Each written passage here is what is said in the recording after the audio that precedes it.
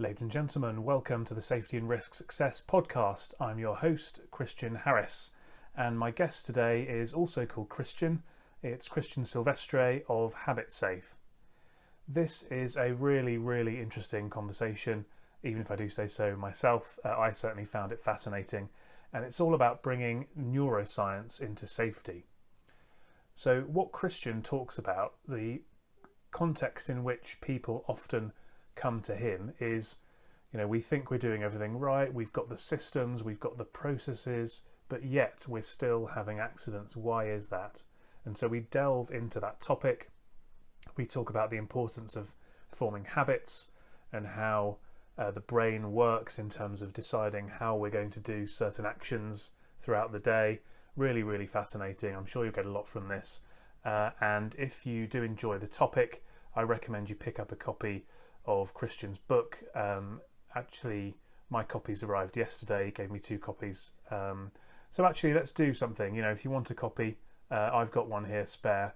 So drop me an email on charris@slipsafety.co.uk and I'll be happy to give you my spare copy. I'm going to be delving into that book over the next week or so, depending on how the summer holidays go with my kids.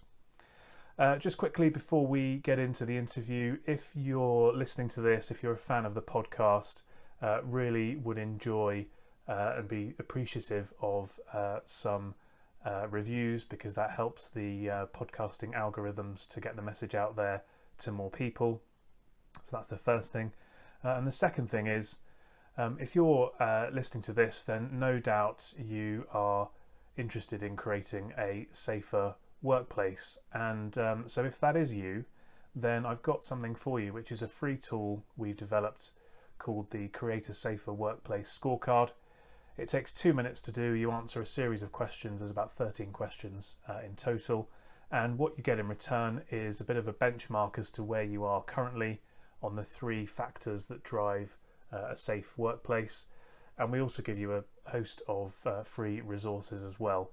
So again, really appreciate if you give that a go. It's new to the market. We're having some great feedback. People are finding they're getting a lot of value from it. So do give that a go as well.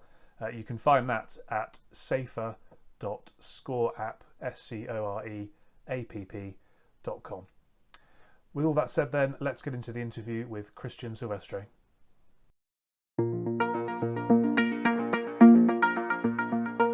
Well, ladies and gentlemen, if there's one thing that the podcast world needed, it's more Christians on podcasts. So here we are, and we have 2 of us. Welcome to the show. Thanks very much, Christian. But I do want to compliment you on your name. And you too. Our parents both have excellent choice. Make choices that are excellent when it comes to names. And I even decided to give Christian as a middle name to my 2 sons as well. So it'll live on. You're not the only one, because my son's got Christian as a middle name as well. Oh, there you go. See, there's obviously something strange about us Christians. Without a doubt. But there we go. The good news is that our names are spelt differently, so at least we can tell each other apart from that. True. And the accents help as well, I suppose. Exactly. Yeah, definitely. So, been looking forward to having you on. Let's start with a hard-hitting question, and then we'll go into some softer stuff from there. What's wrong with people focusing on compliance? Oh, look, I don't think there's anything wrong with it. It's just that it's not the whole story. I think that if we look at the history of safety, and it sort of started, 50 years ago or something like that. And if I was a factory manager and somebody came and said to me, "You're having too many incidents," what I would look for initially, if there was no other things around, where would I start? I would ask on what's hurting people. And then what do I need to do? Is it sharp edges? Is it slippery floors? Whatever it may be. Yeah. And I think that that's the way that safety started. And by just working with fixing the environment and giving people some knowledge about the hazards maybe we couldn't eliminate, we did get a lot of good improvement from safety. But incidents were still happening. Yeah. So compliance, I think, is an important piece, but it's not the whole story. And it's a piece that's really, really effective at the beginning of the journey. Mm. We've sort of done it now for 40, 50 years. And, you know, I think that the return on investment on focusing just on compliance is getting to a point where there is just very little improvement as time goes by. So then we look at different things. And I guess that the second thing that we looked at was, you know, people making the right conscious decision. Mm-hmm. And I think that getting people to focus on that aspect, and we do that through leadership and through observations and through coaching. And essentially, I've got a background in the oil and gas industry. When we started doing this in the 1990s, we started talking to people about how important safety was.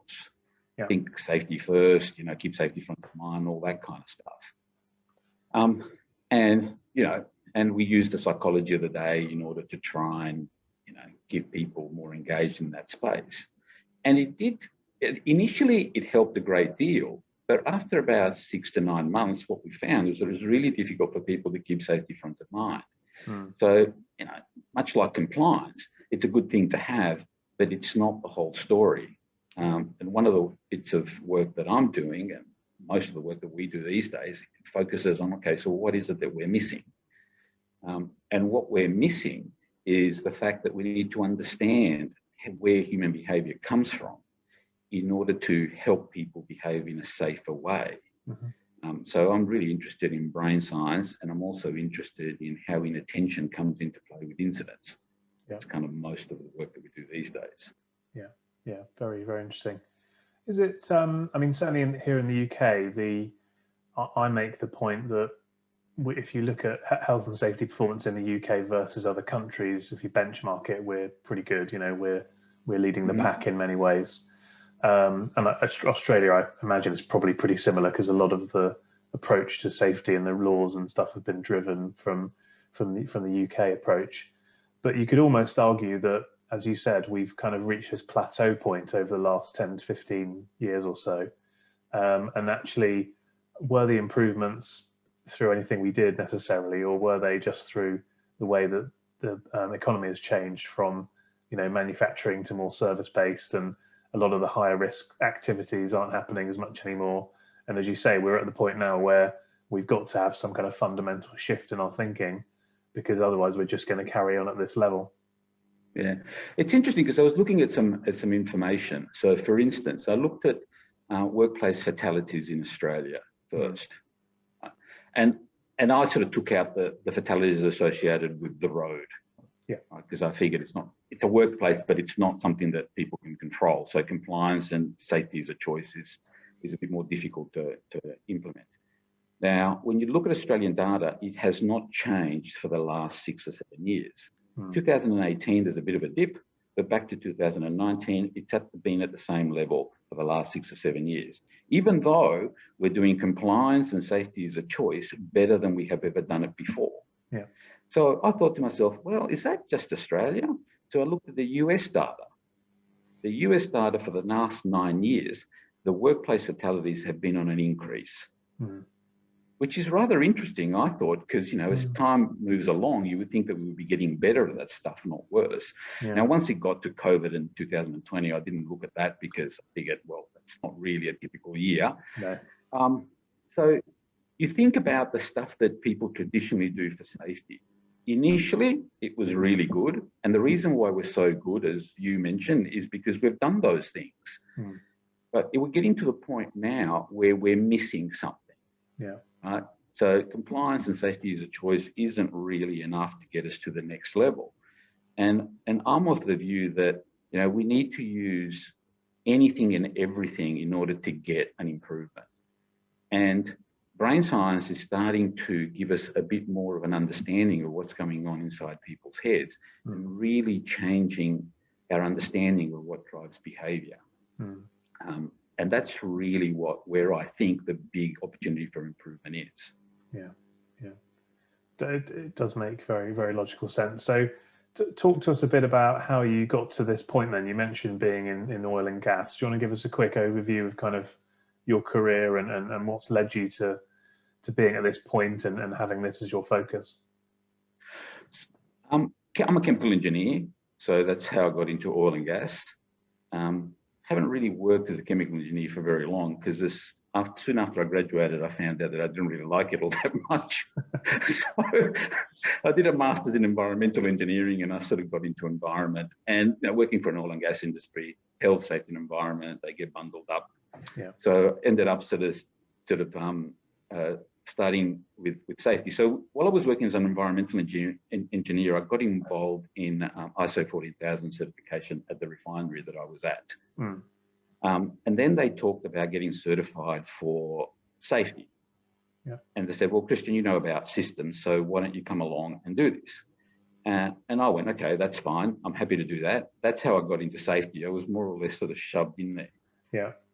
And what familiar. I was noticing, so I got involved in safety. I got the refinery certified in Australian Standard 4801, which is the BS 7750 equivalent. Is that the safety standard in the UK? Yeah. So I got into systems, started streamlining systems, got pretty good at systems, ended up leaving Shell, and I sort of helped organisations get certification to the two standards of environment or safety. One of the places that I helped was the Steelworks in Australia, the biggest sort of workplace here, and Lloyd's was the auditor. Mm-hmm. And Lloyd had come around and had done a bit of a gap analysis, and they said, oh, you're at least 5 years away. And they hired me, and within 9 months, we were certified.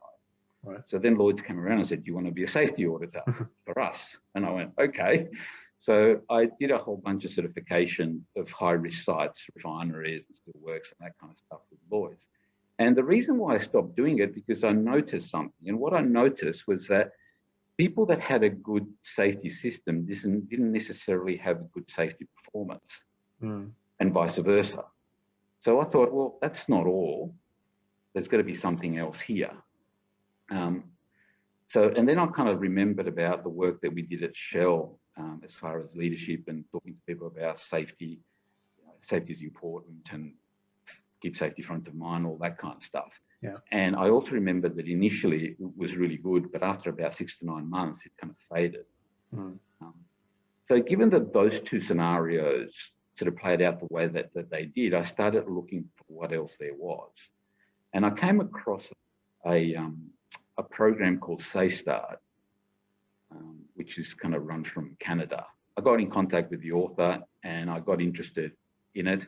And essentially it's a program that deals with human error, inattention, people making unintentional mistakes, those kind of things. Mm-hmm. So started sort of working in SafeStart, and then I started to sort of have my own ideas of how things could be improved. And essentially what these kind of programs, which are sort of the next step after compliance and after safety user choice, it's really about getting to understand what drives people's behaviours. And things like rushing, frustration, fatigue, and complacency are the main 4 things. Mm-hmm. So I started applying this stuff in incident investigations that I was sort of getting jobs to do. So I would go along and I would say to people, okay, so you've done this 1,000 times before. You've never had an incident. What was different about this time? Mm. And 95% of the time, it was rushing, frustration, fatigue, complacency, all words that kind of led you to one of those things. Yeah. So I started to get a better idea about what drove behaviour. Now, so I started this maybe 15 years ago, and I was starting also to get interested in brain science, because up back in the early 2000s, they developed what's called a functional MRI, which enabled us to put people into this machine and see blood flow. Where blood flow goes in your brain is the bit of the brain that you're using. So we started to map which parts of the brain were being used for what. Initially, it was used to sort of assess abnormalities like ADHD, a whole bunch of this. But after a while, people started getting interested in how does a healthy brain work. And once that research started coming out, it confirmed a lot of what I'd been doing as far as the impact that rushing, frustration, fatigue, and complacency have on influencing behaviour. So really these days, that's kind of what I do, is that I've got a program that sort of deals with, rather than human error or mistakes, we follow the inattention path. And the reason why we follow the inattention path is because it tends to be sort of a bit easier for people to understand inattention, and they don't really interpret it as blame, because we're just talking to people about, you know, what's going on in your head and being human, really. So what we do these days is try to get people to understand how their brains function so that they can have a bit more control over what they do. So part of the pitch, I guess, that when we come in, we train people, is we say to them, so when you're inattentive, what happens is you surrender control of your safety. And we ask them, so can you be 100% attentive 100% of the time? And people go, well, no. And then we ask them, well, can you be a bit more attentive? And they go, yes. Okay, so this is what this program is about. It's about teaching you how to be a little bit more attentive under certain circumstances. And sometimes that's the difference between a glancing blow and a direct hit.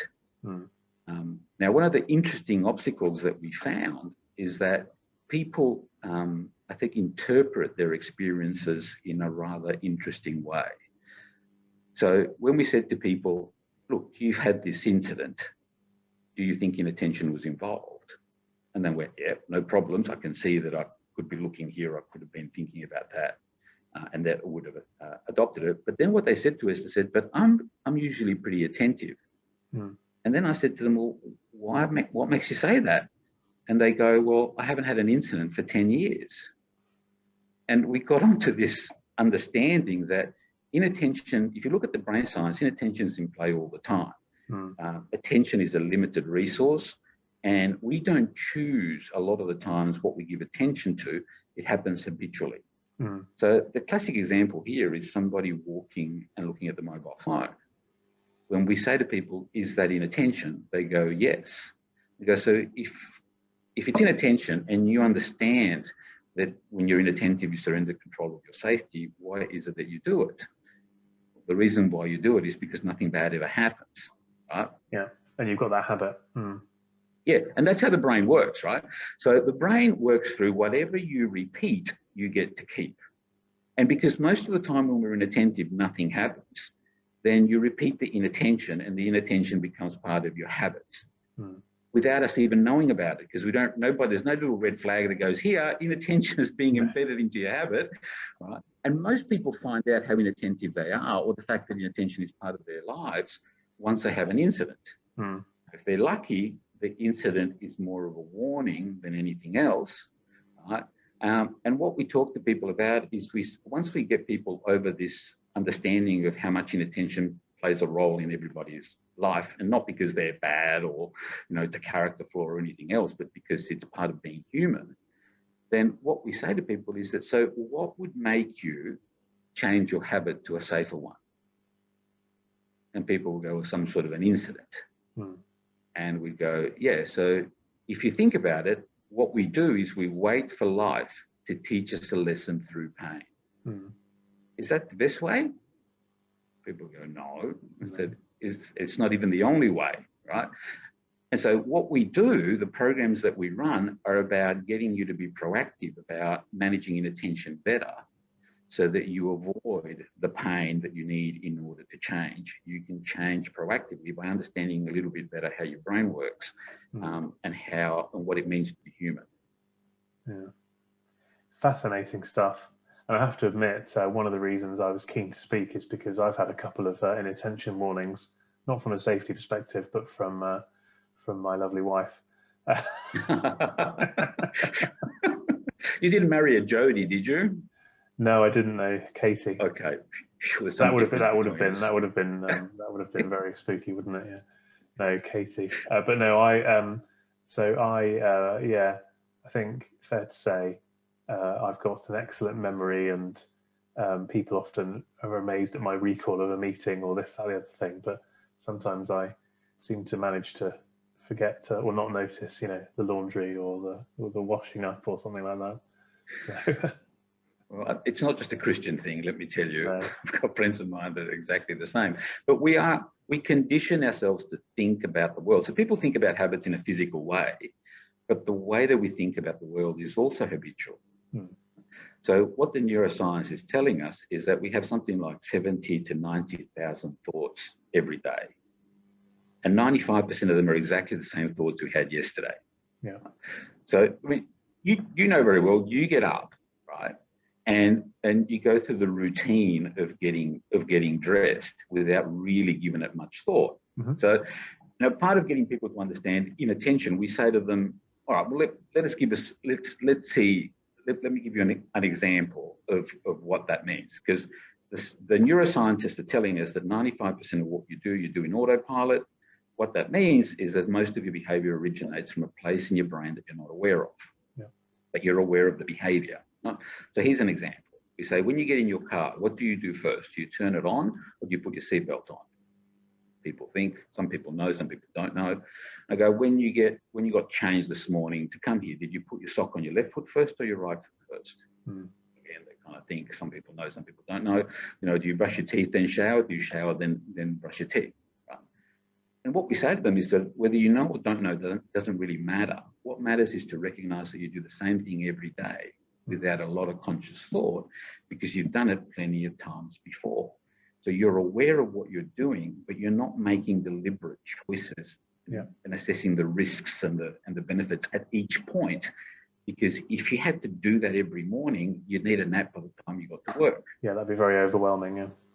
Exactly. And that's really what the science is telling us. It's saying that a whole bunch of things that we do, although it feels conscious, is being generated in a part of the brain that we're not aware of.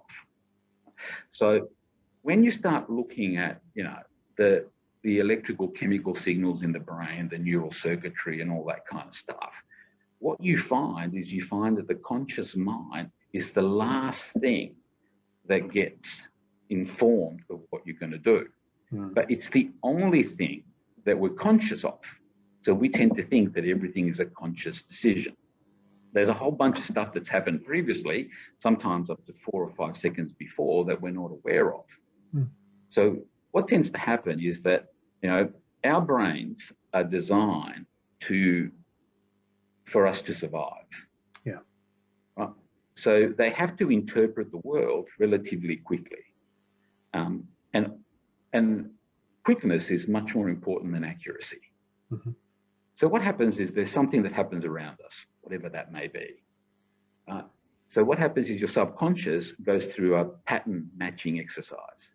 So for instance, you know, if I see Freddie walking through the door, and Freddie is not somebody that I like because he frustrates me a lot, as soon as he walks in through the door, my brain's going, okay, you're going to get a bit frustrated with him. And then it decides how to handle it. And it feeds that information into the conscious mind. Now, the conscious mind has an opportunity here to come in and to do something different than what I want to do, which essentially is run away. And a lot of the times, if running away works, the conscious mind goes, well, you've dealt with this plenty of times before. You don't need to worry about it, right? That's what you're going to do. And a lot of behavior is a bit like that. So if you think about, you know, texting while driving, talk to people and we go, do you know it's illegal? And they go, oh, yeah. Do you know that it increases the risk?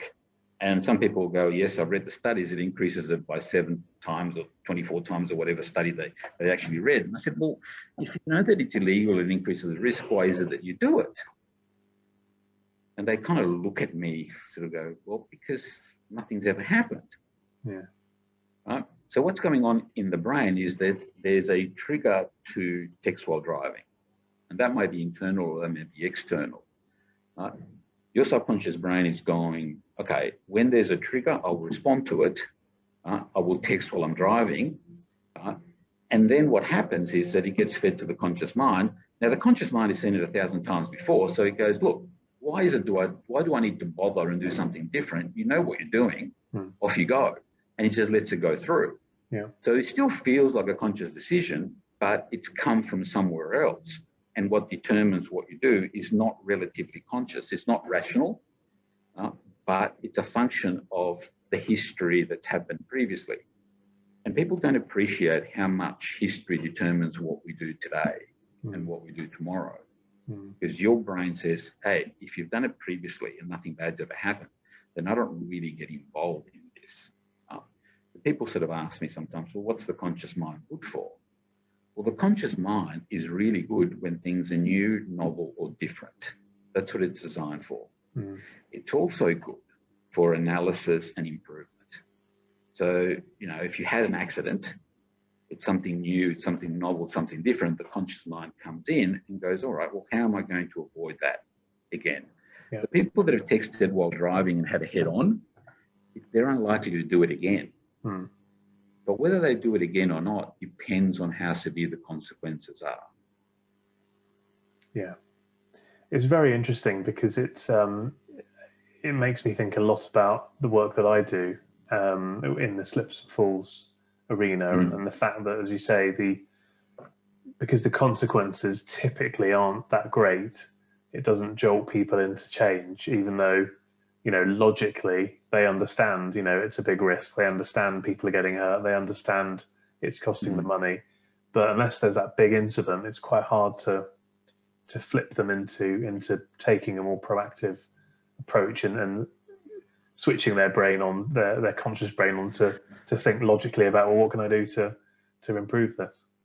Yep. Look, and that's exactly that's what we're trying to get people to understand. So, you know, what we say to people is that, you know, if you have a big incident and you get a lot of pain, you're going to change. You don't need me. You don't need anybody. Right? So what we're trying to do is we're trying to get you to change by not having that. Yeah. So that's a challenge, because your brain is wired to react to things that are new, novel, or different. And if you don't feel a lot of pain, it doesn't register. That's kind of the reality. But it's interesting because, you know, well, we know pretty much the half a dozen things that people need to do differently in order for them to avoid 90% of their incidents. It's not like you've got to do 1,000 things differently. So what we focus people on doing, and this is another bit that sort of came from neuroscience, is that, and this is what we use in our training, is what you repeat, you get to keep. Yeah. So if what you repeat, you get to keep, then you just have to repeat the safer habit. Yeah. So when you're driving, do you keep your eyes on the road? So look first, then move, and keep looking is one of the things that we teach people. When we were teaching our kids to cross the road, you know, we didn't just say, you know, look right, look left, look right, and then cross. What we said to them was that I don't care how many lollipop ladies are telling you to cross. I don't care whether there's a zebra crossing. I don't care how many green men there are telling you to cross, or what your friends are doing. Right? When you get to a road, you look to the right, you look to the left, you look to the right again, and then you keep looking as you're crossing. Because, I mean, I've never heard of a lollipop lady getting run over, but I've heard, you know, I've seen people go through red lights unintentionally, right? So one of the other things that we talk to people about is we say to people, look, you know, the good news about this stuff is that, you know, you can't control what's going on around you, and your employer most of the time will try and do things in a way that will keep you safe. But I've investigated plenty of incidents where people ran into poles that were meant to be there. They tripped on gutters that were meant to be there. You know, how do you deal with that kind of stuff? So we've got no control over what is in front of us. But what we do have control over is what we look at and what we think about. So when we're moving and things are moving around us, if you want to stay safe, then it's important that you don't look at your phone. You kind of give the surroundings the attention that it deserves. And that sort of gives people a sense of control that maybe, you know, some people sort of feel that they have no control. And giving people that sense of control has been reported back to us is that it's had a positive improvement on psychological safety. Because if you feel like you've got some control, you're not as frazzled as if you think you have no control at all. Now, you know, designed for that. That was just one of the little benefits that we got out of getting people a bit more control over what happens to them, irrespective of where they are. And psychological safety is a big thing, you know. I think you referenced the Alcoa case study, and I talk about that a lot as well in terms of being proactive about safety and risk. And I think the key thing there is is the habit forming, but also it's that psychological safety with everybody pulling in the same direction and everybody having a common goal. Feeling safer increases your productivity, and increases your performance, etc., etc. So there's a lot of huge benefits to achieving that. Yeah. So what we find is that it's difficult to get people to migrate to safer habits culturally. Culture, we find, is really good as a reinforcer. So we have to teach organizations different coaching skills in order to help people change to safer habits. But we also say to people, look, you are the best model for this. So one of the things that we use is don't ask Freddie to do X, Y, and Z if you're not prepared to do it yourself, because they're looking at you more. They pay more attention to what you do than what you say. Yeah. So a lot of the programs that we run, we have to start with leadership, and we have to say, hey, you have a lot more control over the levers of what everybody else does. What we can do is we can teach you the structure to get this to work. But at the end of the day, if you think that this is for somebody else and it's not for you, then you're just as human as they are. So you kind of have to get in it yourself if you want everybody else to go down this path. And sometimes it's difficult for management and for some safety people too, because management, the way that management come to us, they say, well, I'm not having the incident. It's the workers that are having the incident. And I go, I get that, but you're just thinking about this from a work perspective. When you look at road deaths, it's not just blue collar workers. No. It happens to everybody.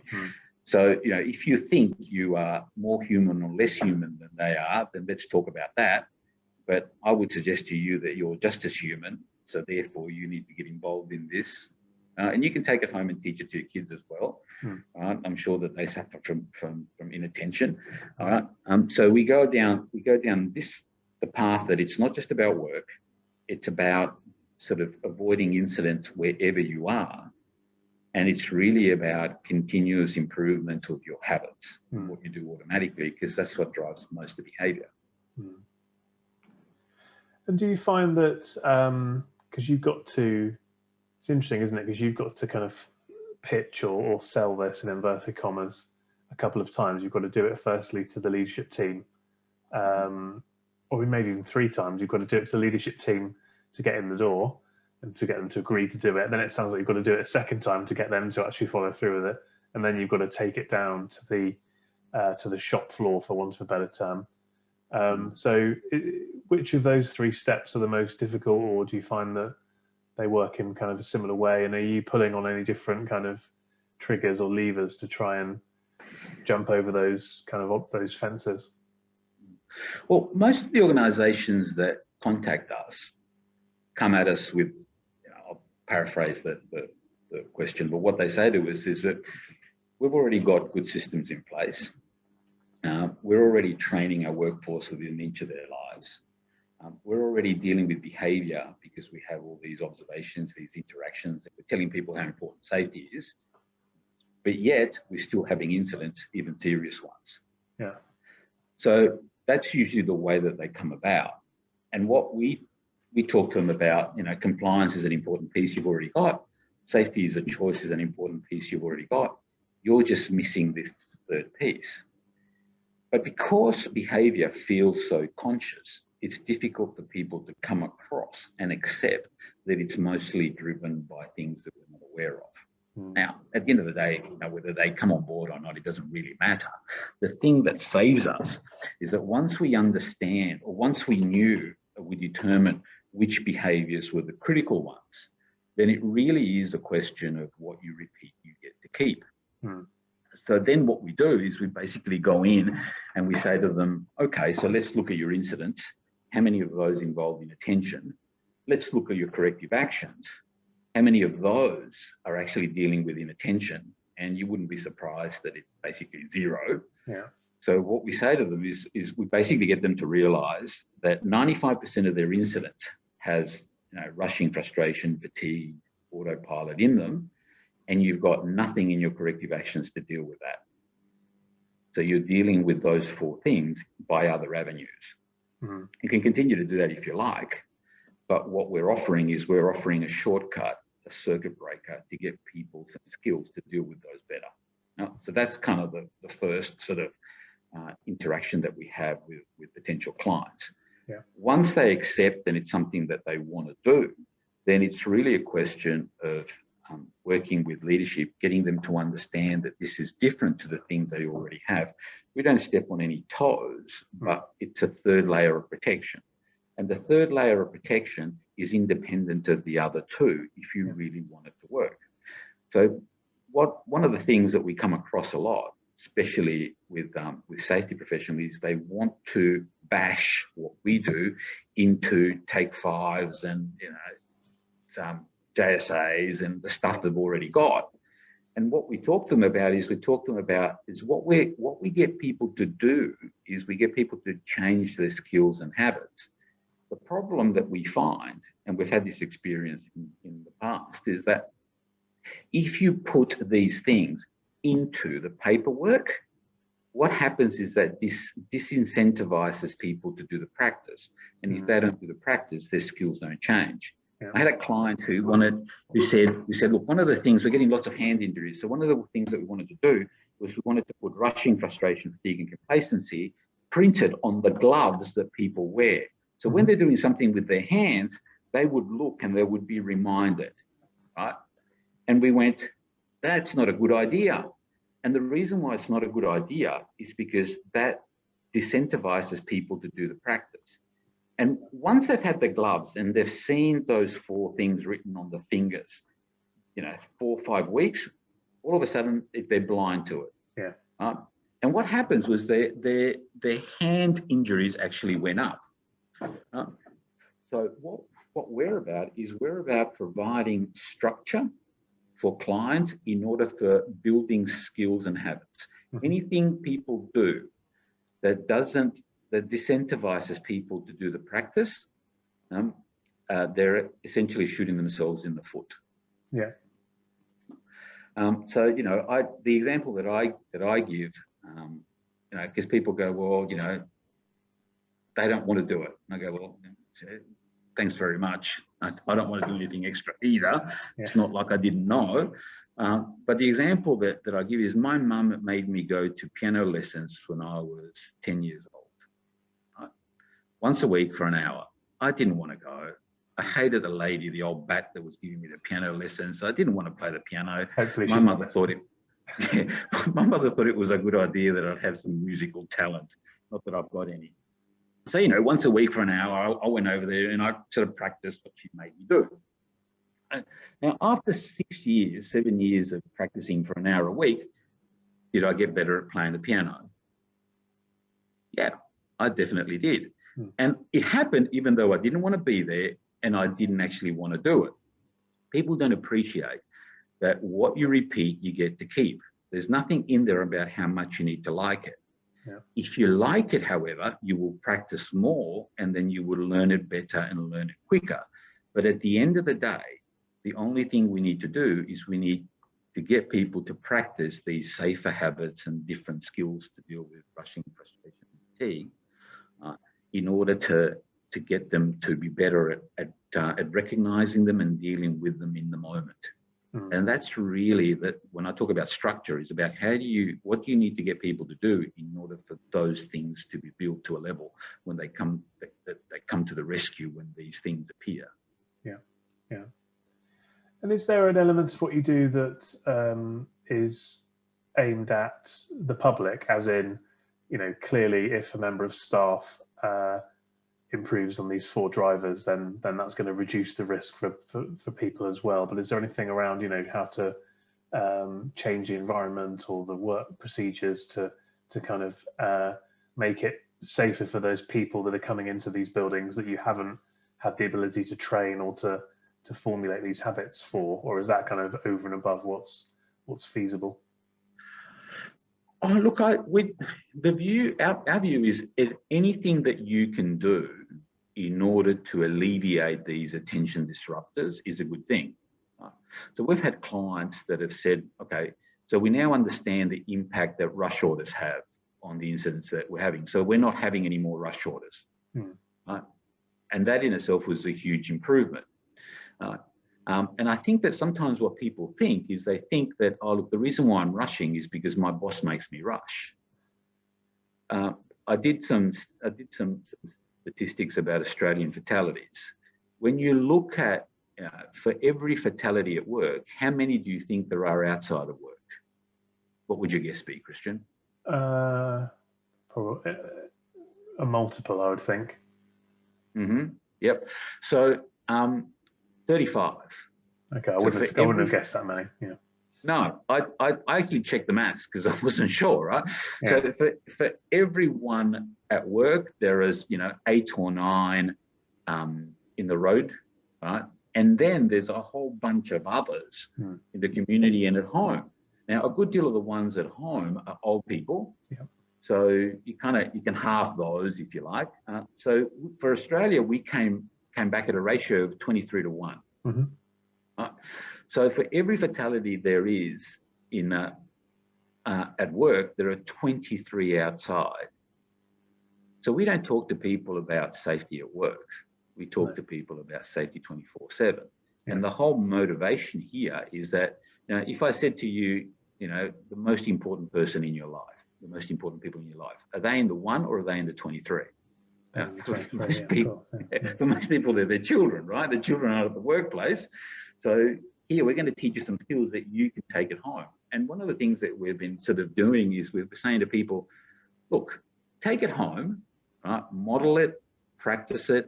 We teach them a few little sort of coaching skills, and then bring it to work. So that's kind of what works best. And every time, we do something to the environment, and maybe the reason why inattention has become sort of easier to see is because when you do stuff to the environment, right, then people become more comfortable with it, more complacent with it, and therefore they become more inattentive. Yeah. I was reading an interesting book by, what's his name? Dawson is his last name. An American guy that learned to read when he was 98 years old. Wow. He kind of co-wrote the book with somebody else when he was 101.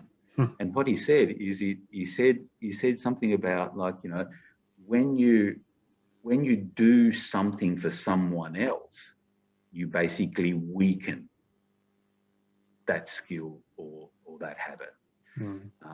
So what we know in the workplace is that by taking all those hazards away, it makes people focus on the hazard less. And this wasn't intentional. And I think it's a good thing, because people are not going to be 100% attentive 100% of the time. So anything you can do to remove the hazard is a good thing. Continue to do that. But also understand that has an impact on how attentive people are. And what we do is we come back on the other side and we teach people how to be attentive, or how to be more attentive. So it works hand in hand with whatever it is that's being done. And look, at home, do I have sharp edges floating around in order for my kids to be more attentive? No, of course I don't, right? Take all that stuff out. But I do talk to them about what causes inattention and the kind of things that they need to do in order to be more attentive. Which makes perfect sense. Great. Well, I'm conscious of time.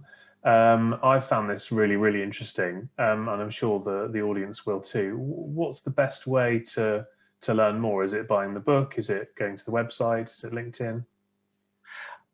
Look, either of those three things. So the book's called Third Generation Safety, and it's available through habitsafe.com.au.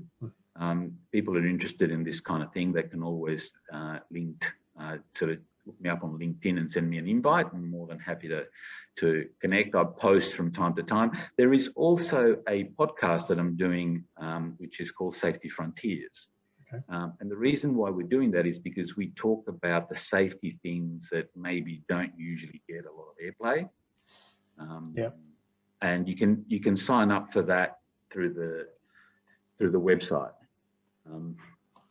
I'll check that And out. that's going to just started. We've just done 3. We're in the process of posting number 4. Number 4 is about the neuroscience of inattention, which people that sort of found this interesting might want to look that up. That'll be coming out the next week or 2.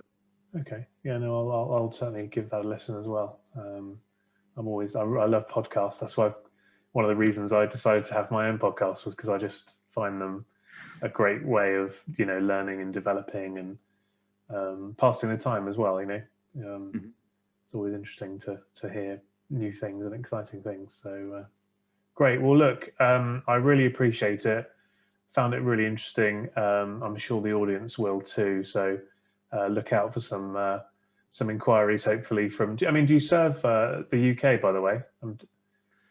Well, we're based in Australia. We're based in Australia at the moment. Most of the work that we do is here. But the stuff that we do, because it's in English, it's quite applicable to other English-speaking sort of language. So you may not know this. I was born in Argentina. That's why the Christian doesn't have an H, because my mother was prevented from putting an H in it because it was the English spelling. Yeah. England and Argentina go. Yeah. So I speak Spanish, but I haven't really done anything apart from sort of in the English space. So look, we're happy to help people wherever they are. Yeah. So if they're just interested in this for their own benefit, in order to learn a different aspect of safety, we're more than happy to facilitate that in any way we can. Yeah. Look, thanks very much for having me. It's been enjoyable. Yeah, and hopefully we'll catch up soon again. Yeah, thanks a lot, Christian.